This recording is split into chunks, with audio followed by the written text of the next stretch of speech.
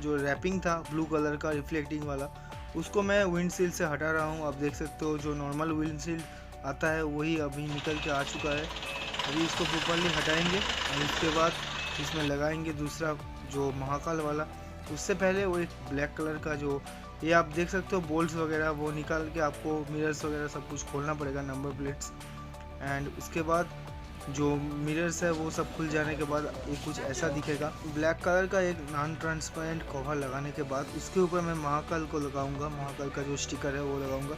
देखिए ब्लोअर से properly heating करने के बाद उसके बाद मैं बैठा रहा हूँ जिससे इसके अंदर कोई भी एयर बबल्स ना रहे एंड प्रॉपरली ये बैठ जाए।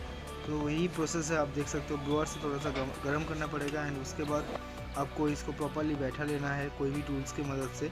हाथ से अच्छा है कोई टूल्स आप ले लो, तो इससे आपको अच्छे से बैठ जाएगा ये।